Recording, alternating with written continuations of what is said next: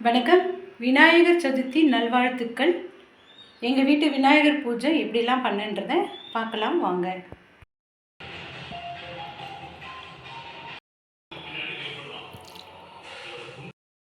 பிள்ளையாருக்கு நல்லா ஜம்முன்னு அருகம்புல் மாலையும் மஞ்சள் ரோஸும் வச்சு மாலை அழகாக கட்டியாச்சு. அதுக்கப்புறம் இந்த பக்கம் பார்த்தீங்கன்னாக்கா எருக்கம்பூ மாலையை அப்படியே காம்பை மட்டும் கிள்ளி அது ஒரு மாலை. அதுக்கப்புறம் அந்த இதழெல்லாம் கிள்ளி எருக்கம்பூ மட்டும் மொக்கு மட்டும் தனியாக அதுவும் ஒரு மாலை போட்டாச்சு. இந்த பக்கம் பார்த்திங்கனாக்கா பிள்ளையார் இருக்கார் ஜம்முன்னு. இவரும் பார்த்திங்கன்னா மஞ்சள் பிள்ளையார் பிடிச்சி வச்சு அவருக்கும் ஒரு இது அந்த இதழ்கள்லாம் இருக்குது இல்லைங்களா, அதெல்லாம் வச்சு ஒரு ஸ்வஸ்திக்கும் க்ரியேட் பண்ணியிருக்கேன். எப்பயுமே இந்த ஸ்வஸ்திக் ரொம்பவும் உச்சிதமானது. நமக்கு செல்வத்தையும் நல்ல எல்லா ஒரு வளத்தையும் கொடுக்கக்கூடியதுன்னு சொல்கிறாங்க. அதனால் எந்த ஒரு விசேஷம் வந்தாலும் ஒரு ஸ்வஸ்திக்கால கோலம் போட்டு நம்ம சாமி கும்பிட்டா ரொம்ப நல்லதுன்னு ஒரு ஐதீகம். எப்போதும் போல் குத்து விளக்கு அலங்காரம் பூ அலங்காரம் பண்ணி இதுவும் ஏற்றி வச்சாச்சு. அழகாக இருக்குது பாருங்கள். மாயிலை முக்கியம். மாயிலையும் மகாலட்சுமியுடைய அம்சம். எப்பயுமே அதை வச்சு நம்ம சாமி வரவேற்கிறது ரொம்ப விசேஷமான ஒன்று. அதுக்கடுத்து பார்த்திங்கன்னா பழ வகைகள் எனக்கு 21 கிடச்சிருக்கு. என்னென்னன்றதை வாங்க பார்க்கலாம்.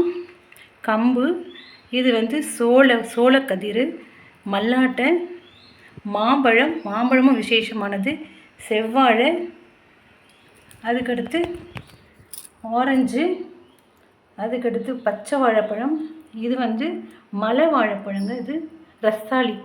மலை வாழைப்பழமா ரஸ்தாலின்னு தெரில. அதுக்கடுத்து பார்த்திங்கனாக்கா திராட்சை, நெல்லிக்காய், கலாக்காய், சீத்தாப்பழம், அன்னாசி பழம், கொய்யாப்பழம், இது சின்ன ஆரஞ்சு, வெள்ளாம்பழம், பேரிக்காய், மாதுளம்பழம், ஆப்பிள். இதெல்லாம் கனெக்ட் பண்ணிங்கன்னா 21 பழங்கள் வந்துடுதுங்க.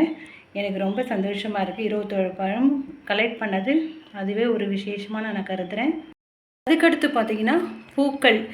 இதில் நிறைய பேர் பூக்கள் பேர் எனக்கு தெரியல, தெரிஞ்சதை மட்டும் சொல்கிறேன். நான் சொல்ல விட்டதை நீங்கள் கமெண்ட்ஸ் பாக்ஸில் சொல்லுங்கள் பார்க்கலாம். இது ரெகுலராக கிடைக்கிற நீல கலர் எருக்கம்பூ. இது வெள்ளை எருக்கன். இந்த பூ என்னான்னு தெரியல. அதுக்கடுத்து ஜாதி மல்லி, அலரிப்பூ, இதுவும் தெரியல. இந்த பூ மஞ்சள். அது இது ஊமத்தம்பூ. ரோஸில் சிகப்பு, மஞ்சள் ரோஸு. அதுக்கடுத்து நந்தியாவட்டை, செம்பருத்தி, மல்லி, இது செவ்வரளி, இதுவும் ஒரு பூங்க. இது நந்தியாவட்டையில் இது ஒரு இது. அதுக்கடுத்து நாட்டு ரோஸு, அரும்பு, சங்குப்பூ, மஞ்சள் சாமந்தி. மொத்தம் 21 பூ கிடச்சிருச்சுங்க. இதுவும் எனக்கு ரொம்ப ஹாப்பியாக இருக்குது. பிள்ளையாருக்கு எல்லாம் இது சேரட்டும். இது உங்களால் கிடைச்சா செய்யுங்க, இல்லைனா ஒன்றும் பிரச்சனை இல்லை. எது கிடைக்குதோ சிம்பிளாக வேணுன்னா கூட நல்லது தான். ஏன்னா பாகும், பருப்பு, தேன், பால் இவை 4ம் கலந்து உனக்குன்னு பாட்டிலே வருது. அதனால் இதை நானும் தனியாக வச்சுருக்கேன். அதுக்கடுத்து இதெல்லாம் கடையில் வாங்கின லட்டு. அவர் லட்டு பிரியர்னு சொல்லுவாங்க. அது இல்லாமல் இந்த ஸ்வீட்டும் வாங்கியிருக்கேன். எப்போதும் போல் உங்களுக்கே தெரிஞ்ச ஒன்று பொரியவல். அதில் கொஞ்சமாக வெல்லம் போட்டு வச்சுருக்கேன். நித்திய விளக்கும் ஏற்றி அதை சுற்றிலும் தண்ணி போட்டு பூக்களால் அர்ச்சனை பண்ணியும் வச்சுட்டேன். அதுக்கடுத்து தேங்காய் உடைச்சி வெத்தலை பாக்கு பழமும் வச்சுருக்கேன். இது பார்த்திங்கன்னா நைவேத்தியம் ரொம்ப சிம்பிளாக தான் பண்ணியிருக்கேன்.